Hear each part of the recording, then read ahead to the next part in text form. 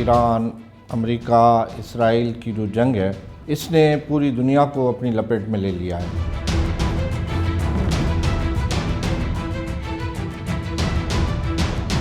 تیل ایک life line ہے کسی بھی ملک کی معاشی زندگی میں یا روزمرہ کی زندگی میں۔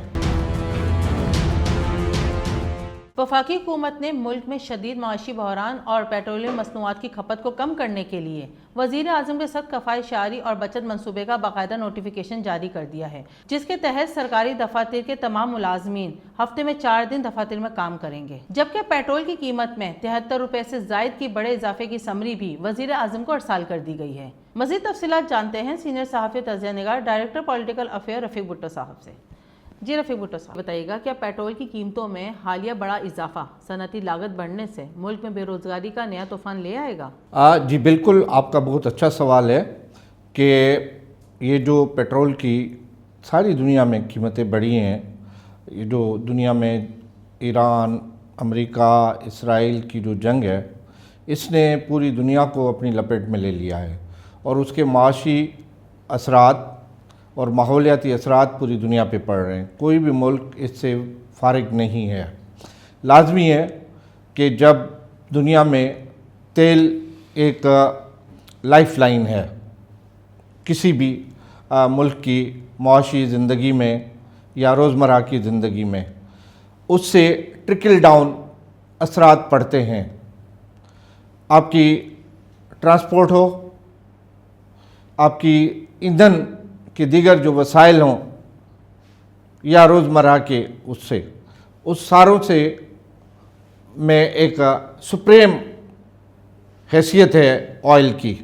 جب دنیا میں آئل کی قیمت بڑھے گی تو دنیا کے تمام روزمرہ کی زندگی پہ اثرات پڑیں گے اور ہر ممالک پہ پڑیں گے، خاص طور پہ پاکستان جیسے ملک جس کا زیادہ تر دار و مدار تیل پہ ہے۔ جب تیل مہنگا ہوگا تو ہر چیز آپ کی مہنگی ہو جائے گی۔ جب ہر چیز مہنگی ہوگی تو ظاہری بات ہے روزگار پہ بھی اس کے اثرات پڑیں گے۔ ملیں آپ کی انڈسٹری کم چلے گی، کم ایندھن کی وجہ سے تو بے روزگاری بڑھے گی۔ آپ کی باقی جو صنعتوں سے متعلق یا ان سے ریلیٹڈ چیزیں ہیں ان پہ بھی اثرات پڑیں گے۔ ٹرانسپورٹ کے کرائے بڑھیں گے، اثرات پڑیں گے۔ آپ کی گیس بڑھے گی، آپ کا پیٹرول بڑھے گا، اثرات ہوں گے۔ تو یہ بالکل ایک پاکستان کے اندر خاص طور پہ ایک مہنگائی کا، جہاں پہلے ہی زیادہ مہنگائی اور بے روزگاری ہے، وہاں جب مہنگائی ہوگی تو بے روزگاری بڑھے گی۔ بے روزگاری بڑھے گی تو ایک انسانی جو ہیومن کرائسس ہے وہ ڈیولپ ہوگا اور اس سے ہمارے معاشی مسائل اور دیگر جو اس سے ریلیٹڈ مسائل ہیں وہ بڑھیں گے اور اس سے ایک بڑا طوفان آئے گا اور ایک بہت بڑا بحران جو ہے وہ جنم لے گا۔ جی بھٹو صاحب، یہ بھی بتائیے گا کیا نجی اداروں میں ورک فرام ہوم کی پالیسی ملازمین کی تنخواہوں میں کٹوتی یا بڑی چھانٹیوں کا پیش خیمہ بن سکتی ہے؟ جی بالکل، کیونکہ جب آپ ورک فرام ہوم کام کرتے ہیں تو کوئی بھی محکمہ آپ کو جو الاؤنسز ہوتے ہیں، جو آپ کے آنے جانے کے اور آفس میں کام کرنے کے ہوتے ہیں، وہ نہیں ملتے۔ وہ الاؤنسز آٹومیٹیکلی کٹ جاتے ہیں۔ ٹرانسپورٹ الاؤنس ہوتا ہے، وہ اس لیے کوئی بھی محکمہ دیتا ہے کہ آپ اپنے گھر سے اپنے دفتر تک آئیں۔ جب آپ اپنے دفتر ہی نہیں آئیں گے، گھر میں بیٹھ کے کام کریں گے تو ٹرانسپورٹ الاؤنس آپ کو نہیں ملے گا۔ اس طرح دیگر الاؤنسز بھی جو ہوتے ہیں، جس میں ٹریول الاؤنس کہیں، اس کو آپ میل الاؤنس کہیں، اس کو آپ ٹربل الاؤنس کہیں، یا دیگر جو الاؤنسز ہیں وہ نہیں ملتے۔ اچھا بھٹو صاحب، یہ بھی بتائیے گا کیا جون 2026 تک نئی خریداروں پر حکومتی پابندی مقامی صنعتوں اور دہاڑی دار مزدوروں کے معاشی قتل کے مترادف ہے؟ اس وقت حکومت خود ایک بہت بڑے بحران میں، جو ایک تلخ حقیقت ہے اس کو ماننا چاہیے۔ ہم ہمیشہ حکومت پہ تنقید کرتے ہیں، کبھی کبھی حکومت کے مسائل بھی جاننے چاہیے کہ ان کے اپنے مسائل کیا ہیں۔ آپ کو پتہ ہے کہ پاکستان ایک طرف ہم IMF کے قرضہ جات پہ جو اربوں اور خربوں روپے ہیں اس پہ چل رہے ہیں، ہماری پوری معاشیات جو ہے، ہماری جتنی بھی وہ ہے وہ ساری IMF کے قرضہ جات پہ ہے۔ آپ کو یہ بھی پتہ ہے کہ ہمارے ڈپازٹس کم ہونے کی وجہ سے ہم نے دبئی اور چائنا اور سعودی عرب سے قرضے لیے تھے تاکہ ہمارے ڈپازٹ اچھے رہیں اور دنیا میں ہم اقتصادی بحران سے بچیں اور دنیا کی جو ضروریات ہیں، جو ریٹنگ فارمولہ ہے اس میں ہم آ جائیں۔ پھر آپ کو یہ بھی پتہ ہے کہ ہم تیل جو ہے وہ بھی ادھار پہ لیتے ہیں، سعودی عرب ہو یا عرب امارات ہو ان سے، تو اس سے بھی ایک بہت بڑا بحران ہوگا۔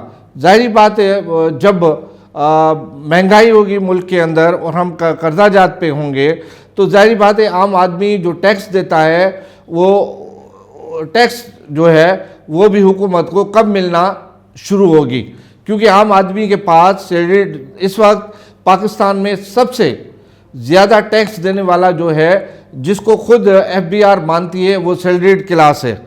سیلریڈ کلاس بحران میں ہوگا تو اس حکومت کو ٹیکسز کیسے دے پائے گا؟ تو یہ ایک ریلیٹڈ ایشو ہے جس کو کنسیڈر کرنا چاہیے، اور حکومت ایک بہت بڑے معاشی دباؤ میں ہے، اور جب حکومت معاشی دباؤ میں ہوگی تو ظاہری بات ہے کہ آپ کو وسائل بھی کم دستیاب ہوں گے۔ جب آپ کو وسائل کم دستیاب ہوں گے تو آپ کی معاشی اور انسانی اور روزمرہ کی زندگی پہ اس کے اثرات پڑیں گے۔ حکومت نے جو اس وقت وزیر اعظم نے کل جو تقریر کی ہے اور اس پہ جو قدغن لگائے ہیں، اور جو ایک نئی گورنمنٹ پالیسی کی ہے کہ جی تنخواہوں میں کٹوتی ہوگی، وزراء کے اور دیگر جو پارلیمنٹیرین ہیں یا سرکاری افسران ہیں ان کے بیرونی دوروں پر پابندی ہوگی، حکومت کوئی گاڑی، ایئر کنڈیشن، فرنیچر وغیرہ وغیرہ خرید نہیں کر سکے گی، اور یہ اس پہ صوبوں کے وزیر اعلیٰ کو بھی پابند کیا گیا ہے، اور آج سندھ کابینہ بھی یہ فیصلہ کر چکی ہے وزیر اعلیٰ سندھ کی صدارت میں۔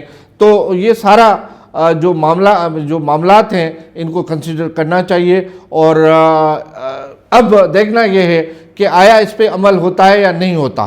دیکھیں اوگرا ایک ریگولیٹر اتھارٹی ہے، ظاہری بات ہے کہ وہ ministry of finance, ministry of oil and natural resources اور وزیر اعظم کی منظوری سے ایک فیصلہ کرتی ہے۔ پہلے جو آئل کی قیمتیں ہوتی تھیں وہ ماہوار فکس ہوتی تھی، پھر اس کو 15 روزہ کر دیا گیا۔ اب موجودہ حالات میں اس کو ہفتے وار رکھا گیا ہے، ہو سکتا ہے کہ یہ ڈے ٹو ڈے بیسس پہ بھی آ جائے یا 3 روزہ اس پہ بھی آ جائے، لیکن یہ آنے والا وقت بتائے گا۔